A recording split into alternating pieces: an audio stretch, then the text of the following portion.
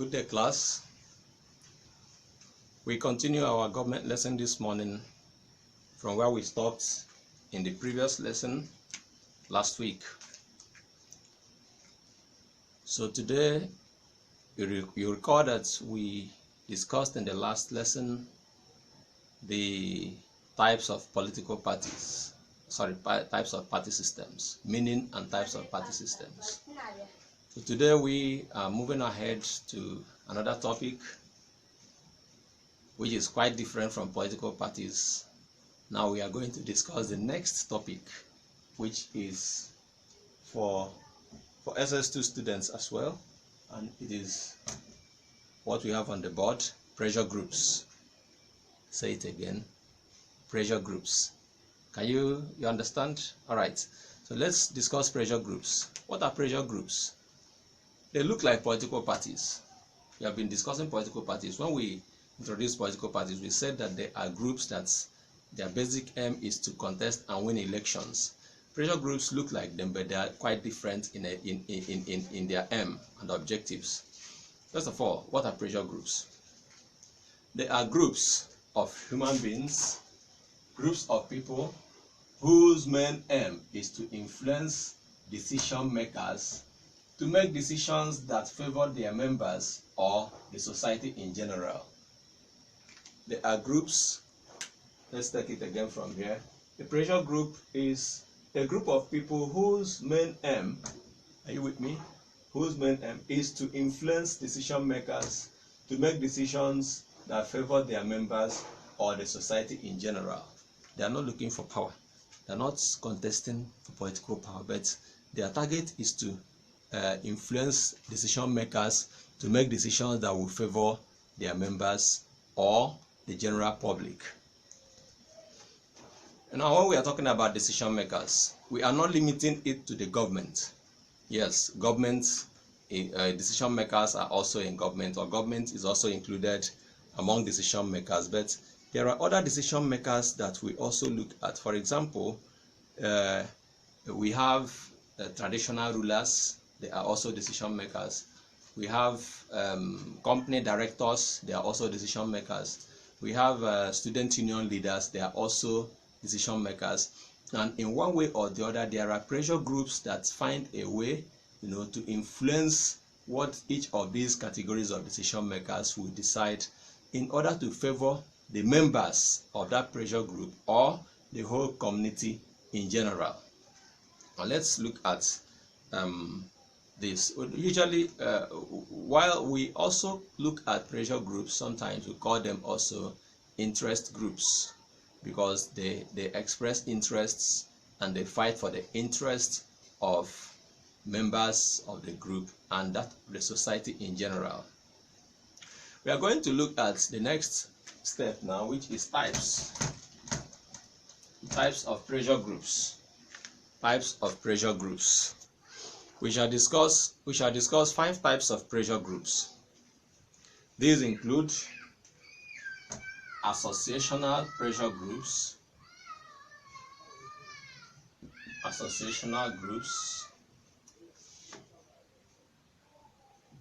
number 2, non-associational groups,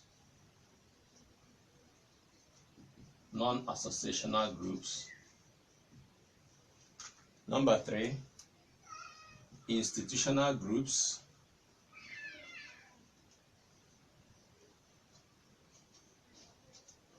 number 4, promotional groups, and the 5th is anomic groups. Anomic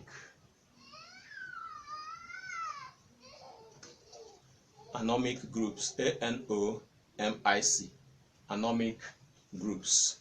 Associational groups, non-associational groups, institutional groups, promotional groups, and finally we have anomic groups.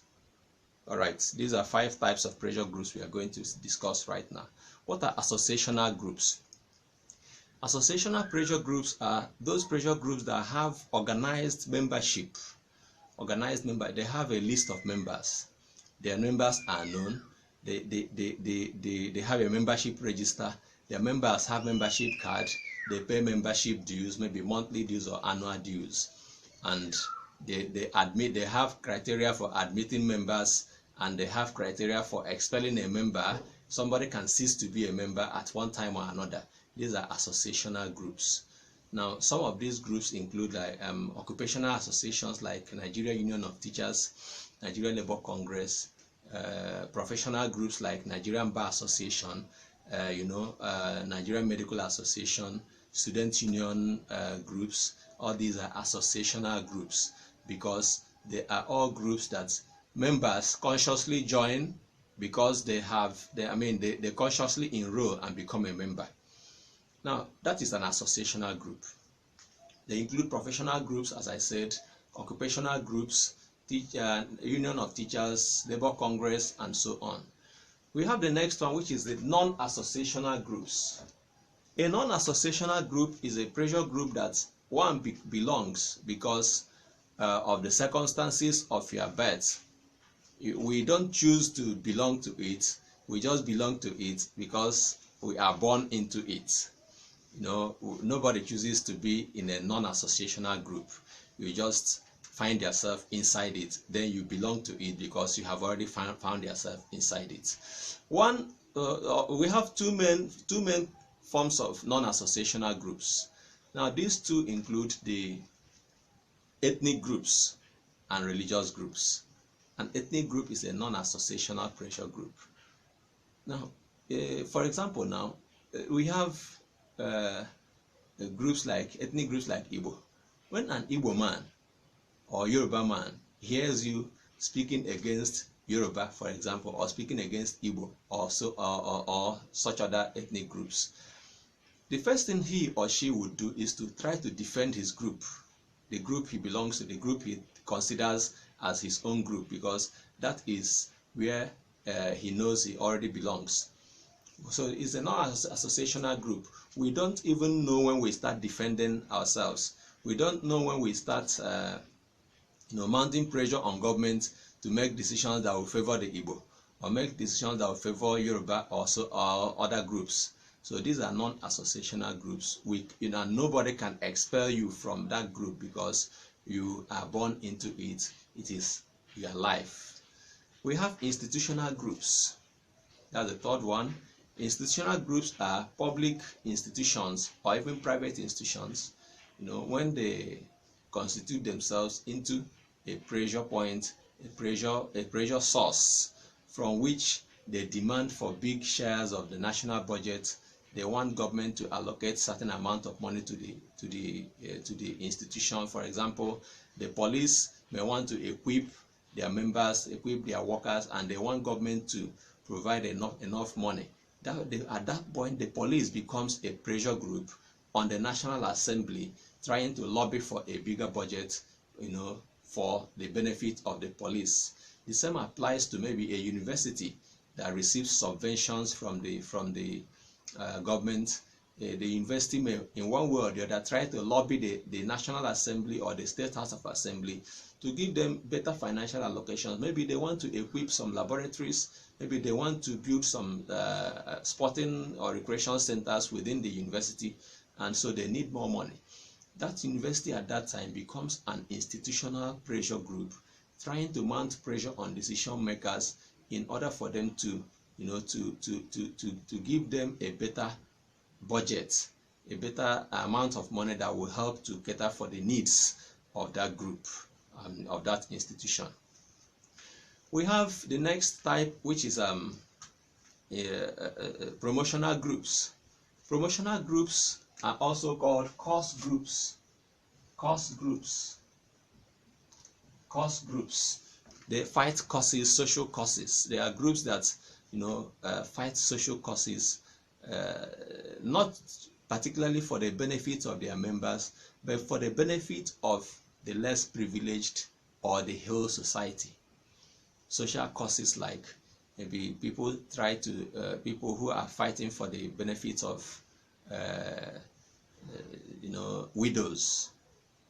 People who are fighting for the benefit of widows, people who are fighting for the benefit of albinos. There's an organization called the Albino Foundation or Albino Protection Association or something.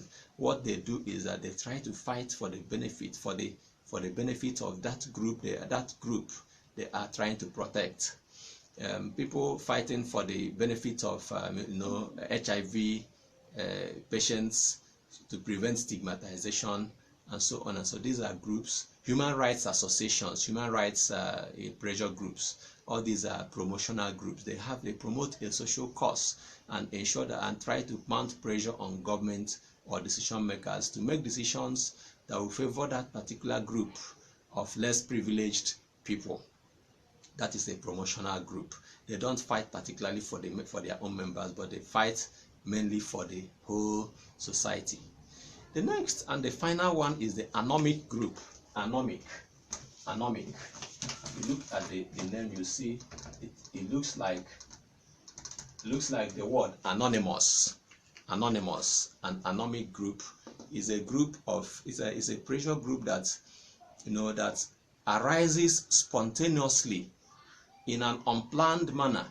Maybe something happened around a market, and you just see a crowd, they gather and take an action and disperse. So an anomic group is a pressure group that arises spontaneously to address a specific issue on ground, and after which all of them will disperse and nobody takes responsibility for what they have done.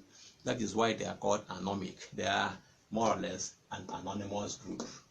So an example of an anomic group is a mob or a group of rioters, people who have one issue to settle.